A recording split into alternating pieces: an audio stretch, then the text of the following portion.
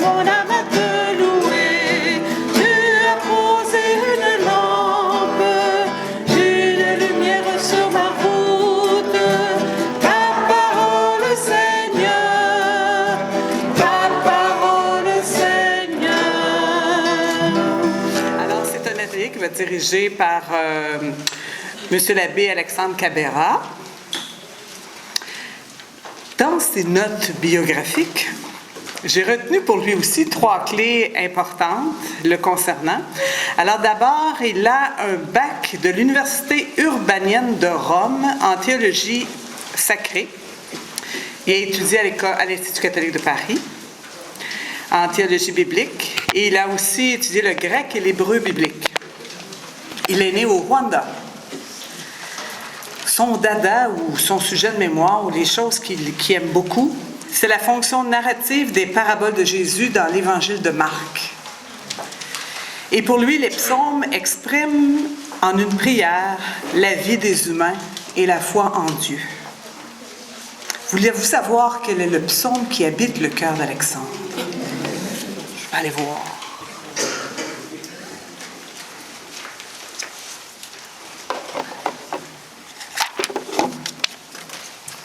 C'est le psaume 137-138. Le Seigneur fait tout pour moi. De tout mon cœur, Seigneur, je te rends grâce. Tu as entendu les paroles de ma bouche. Je te chante en présence des anges. Vers ton temple sacré, je me prosterne. Je rends grâce à ton nom pour ton amour et ta vérité, car tu élèves au-dessus de tout ton nom et ta parole. Le jour où tu répondis à mon appel, tu fis grandir en mon âme la force. Alors voilà, je vous abandonne entre les mains d'Alexandre.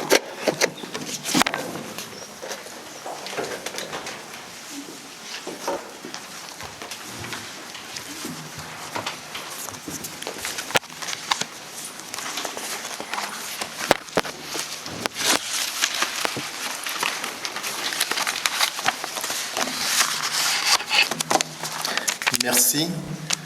C'est donc le moment de l'atelier. Vous pouvez respirer un peu, vous pouvez souffler un peu. Et là, nous allons aussi travailler un peu. Ce moment d'atelier comporte 3 temps importants. Nous allons d'abord essayer une petite synthèse des interventions de l'avant-midi. En deuxième temps, nous allons analyser ensemble un psaume. Nous prenons le psaume 1 que vous avez déjà dans vos papiers.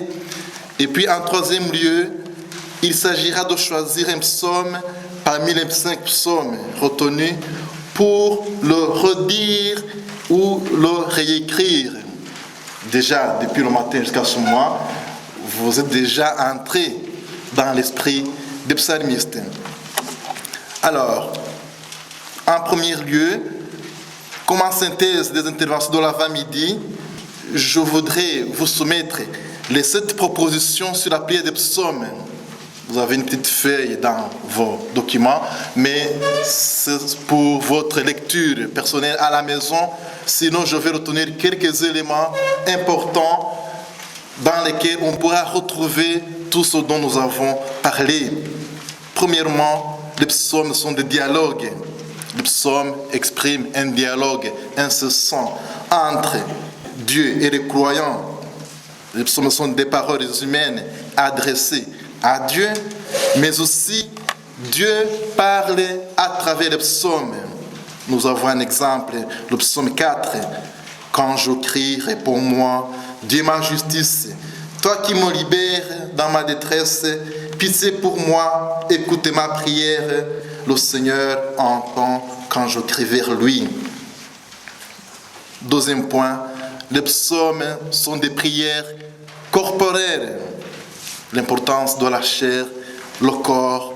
Loin d'ignorer et de renier le corps, la prière des psaumes se fait avec les yeux et les mains, avec les larmes et les gémissements, dans les conforts du corps qui tremble et du cœur qui est bouleversé, comme dans la joie des eaux qui dansent.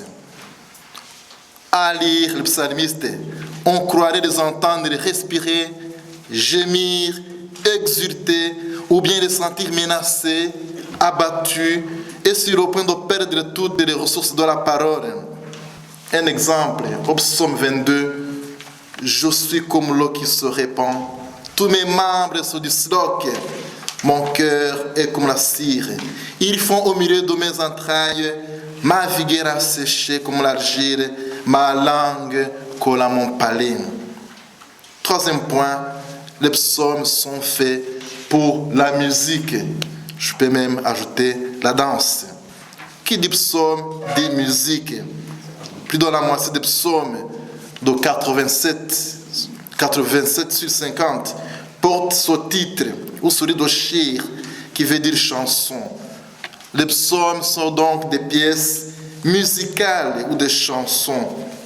En fait, ignorer la dimension musicale des psaumes, c'est les amputer d'une dimension essentielle et les priver du rythme et de la vie qui les ont fait naître et qui ont assuré leur popularité au sein d'Israël et des communautés chrétiennes.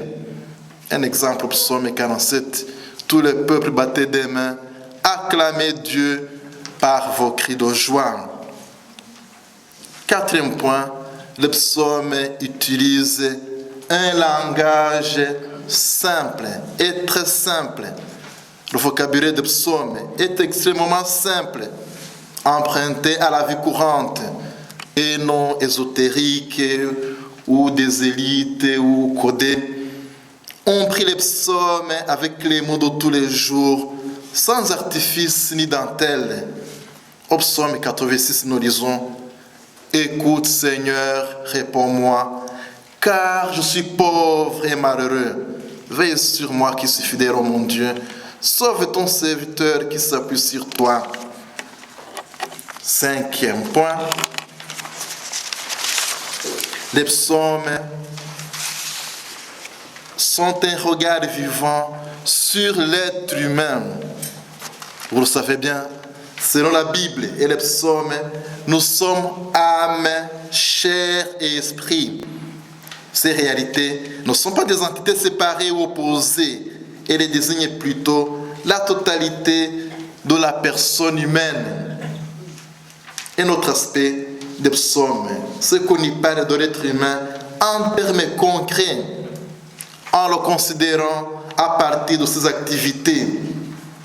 Ces activités se ramènent essentiellement à l'intériorité, au niveau du cœur, à la communication par la parole, le domaine de la langue, et au travail, l'œuvre des mains. On peut lire au psaume 24 par exemple, « Qui peut gravir la montagne du Seigneur, l'homme au cœur pur, aux mains innocentes, qui ne dit pas de faux serments. » Et le sixième point, les psaumes sont des prières de conflit. Voilà, le conflit revient, on en parlait tantôt. Le terme ennemi, violence, on peut les trouver dans les psaumes.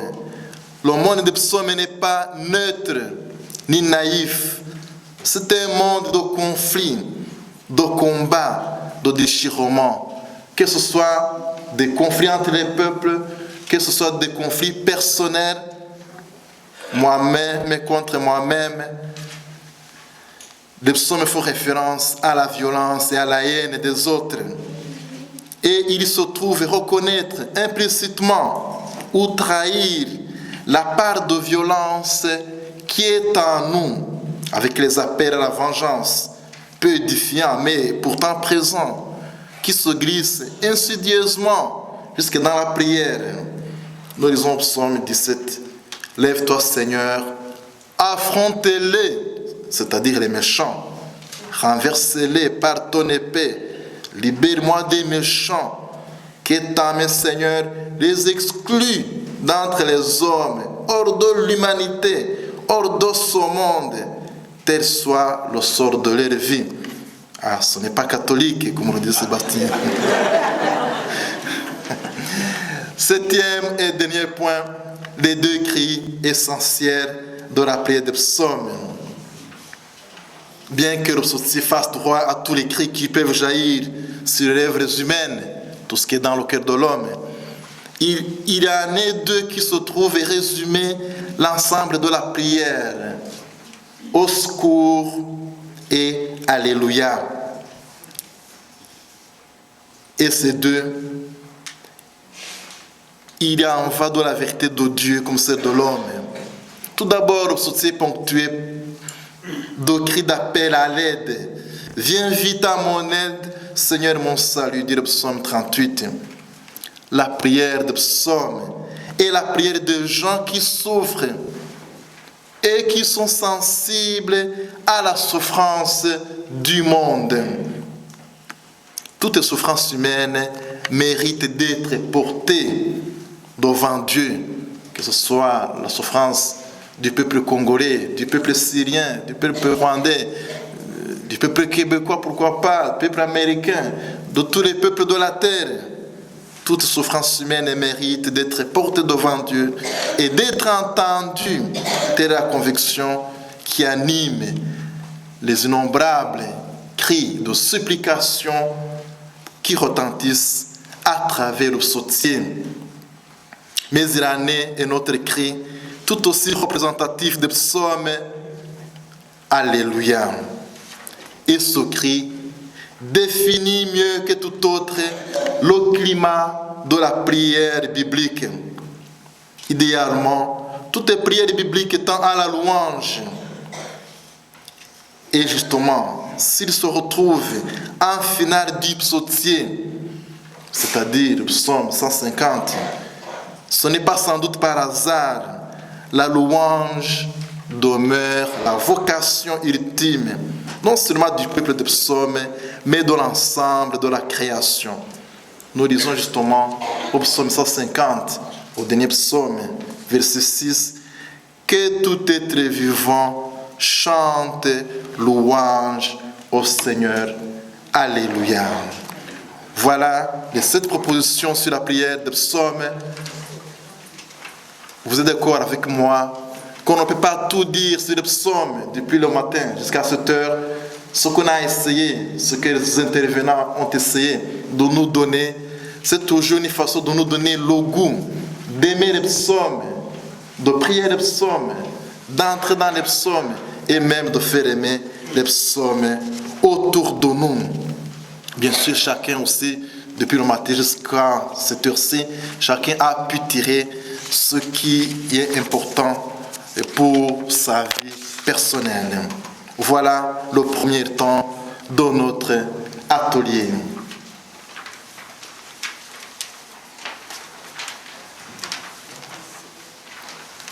Je vais continuer avec le deuxième temps. Là, vous avez dans vos feuilles un psaume, le psaume 1. Je vais d'abord le lire au complet tel qu'il est, avant de l'analyser, de le décortiquer avec vous. Une façon qui va vous servir aussi pour le troisième exercice que nous allons faire ensemble. Le psaume 1, je vais utiliser la version de la Tobe. Heureux l'homme qui ne prend pas le parti des méchants, ne s'arrête pas sur le chemin des pécheurs, ne s'assied pas au banc des moqueurs, mais qui se plaît à la loi du Seigneur et récite sa loi jour et nuit. Il est comme un arbre planté près des ruisseaux, il donne du fruit en sa saison et son feuillage ne se flétrit pas. Il y réussit tout ce qu'il fait. Tel n'est pas le sort des méchants. Ils sont comme la balle que disperse le vent. Lors du jugement, les méchants ne se relèveront pas, ni les pécheurs au rassemblement des justes. Car le Seigneur connaît le chemin des justes, mais le chemin des méchants se perd. Voilà le début du psautier, le psaume 1. Tantôt nous parlions du psaume 150, et là nous allons nous arrêter un moment au psaume 1. Vous avez la feuille devant vous. Vous pouvez prendre votre petit crayon dans votre main droite, enfin, ou gauche.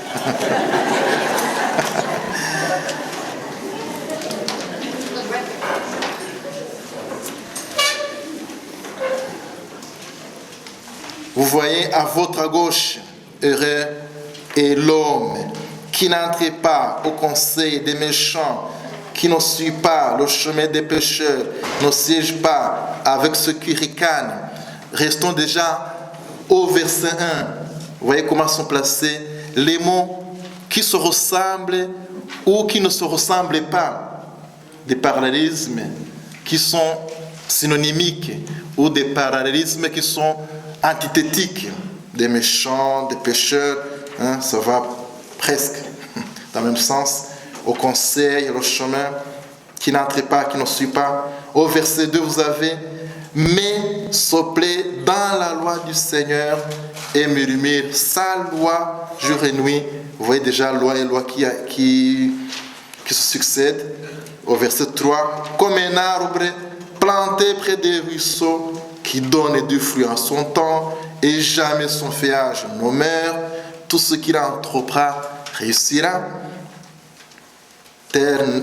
Mais, là on est au verset 4, c'est une petite gymnastique, au verset 4. Tel n'est pas le sort des méchants, ils sont comme la paille balayée par le vent.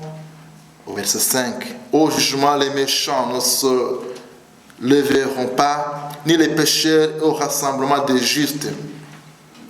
Et le dernier verset, comme une sorte de conclusion, le Seigneur connaît le chemin des justes, mais le chemin des méchants se perdra. Parcourons le psaume sous psaume et nous pouvons souligner les mots qui reviennent dans le texte. Les méchants, le chemin, les pécheurs, la loi, comme les justes. Et essayons de mettre un peu d'ordre au verset 1 et 6. Le début et la fin, le mot chemin est repris 3 fois. Il nous offre un type clair d'inclusion. Au verset 1, il s'agit du chemin des pécheurs mis en parallèle avec le conseil des méchants.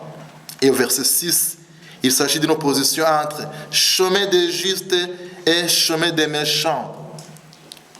Et si le verset 1 mettait en garde déjà contre ce chemin des pécheurs, la conclusion ne reste plus de doute. Le choix est fait entre les justes qui font leur chemin sur le regard du Seigneur et les méchants qui vont à leur perte. Est-ce que vous me suivez? Oui.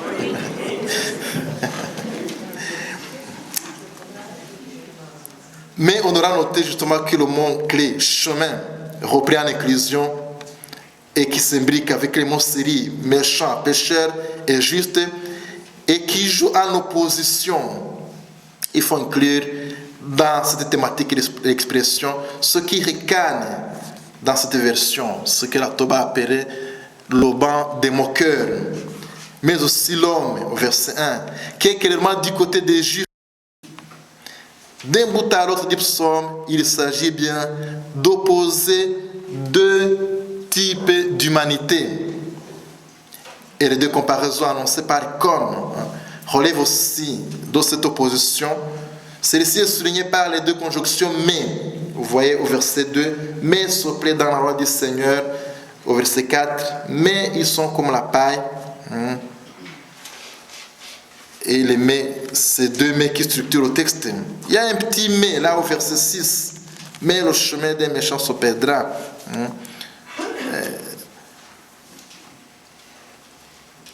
Ce petit mais n'est en hébreu que la conjonction passe partout. Elle n'a pas la même valeur que les autres 2 mais.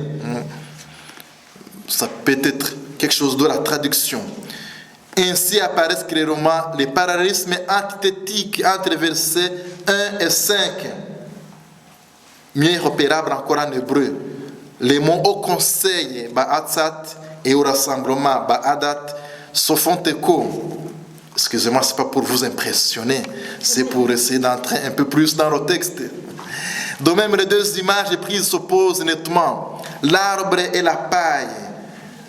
au verset 3, comme un arbre, au verset 4, comme la paille. Conclusion, ainsi nous trouvons au centre du psaume, les versets 3 et 4, l'opposition qui le résume tout entier. Tout ce que l'homme juste entreprend réussira, tel n'est pas le sort des méchants.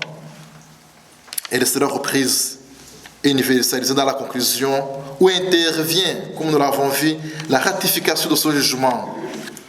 Ainsi, ce psaume qui est au début, qui est une sorte d'introduction ou qui est en préface à tout le soutien dans ce psaume, nous sommes présentés et la grande opposition qui court à travers tout le livre et sa solution définitive dans la lumière du salut offert par Dieu. Le juste est bienheureux car il est connu de Dieu et le méchant va à sa perte. Le juste tient debout et porte du fruit. Le méchant ne saurait tenir. Il est balayé de l'existence humaine. Pour finir, j'attire votre attention sur un point important par rapport au psaume 1. Nous restons dans le contexte du même psaume.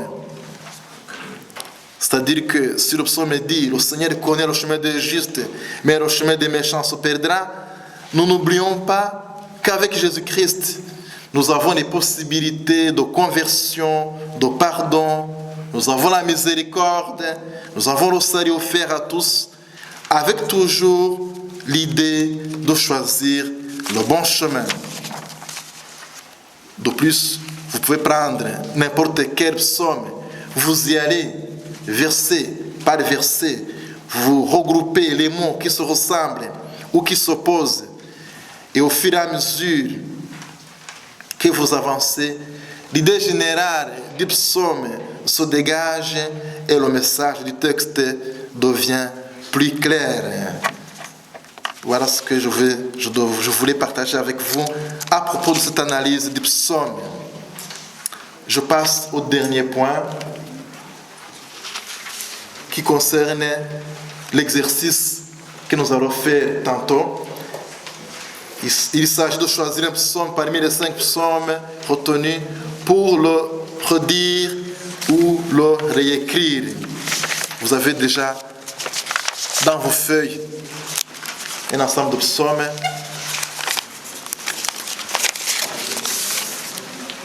Et regarde sur le psaume choisi. Vous avez psaume de supplication, psaume 13, psaume d'instruction 43, psaume de louange 113. Vous avez psaume 95, psaume messianique et prophétique, psaume d'action de grâce. Vous choisissez un psaume et vous avez quelques questions qui vont vous aider ici. Quels sont les sentiments qu'on retrouve dans ce psaume? Il y a beaucoup de sentiments. Qu'est-ce que ça évoque en vous? Qu'est-ce qui vient vous chercher? Vous avez quelle expérience de la vie du peuple d'Israël pourrait avoir inspiré les sentiments que vous retrouvez dans ce psaume? Y a-t-il des expressions qui vous surprennent, vous dérangent ou vous posent des questions? Ce psaume me rejoint-il dans ma vie personnelle, dans ma vie professionnelle? Est-ce que je me reconnais dans les sentiments et dans les expériences qu'on retrouve dans ce psaume?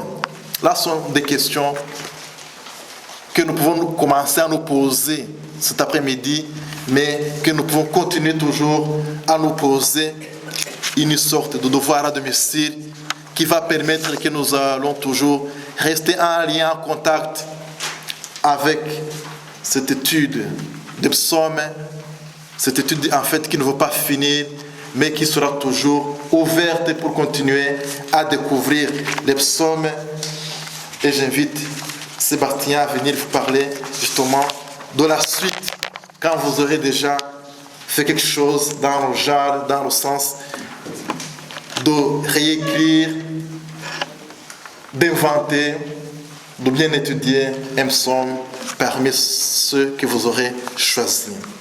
Je vous remercie. Merci beaucoup.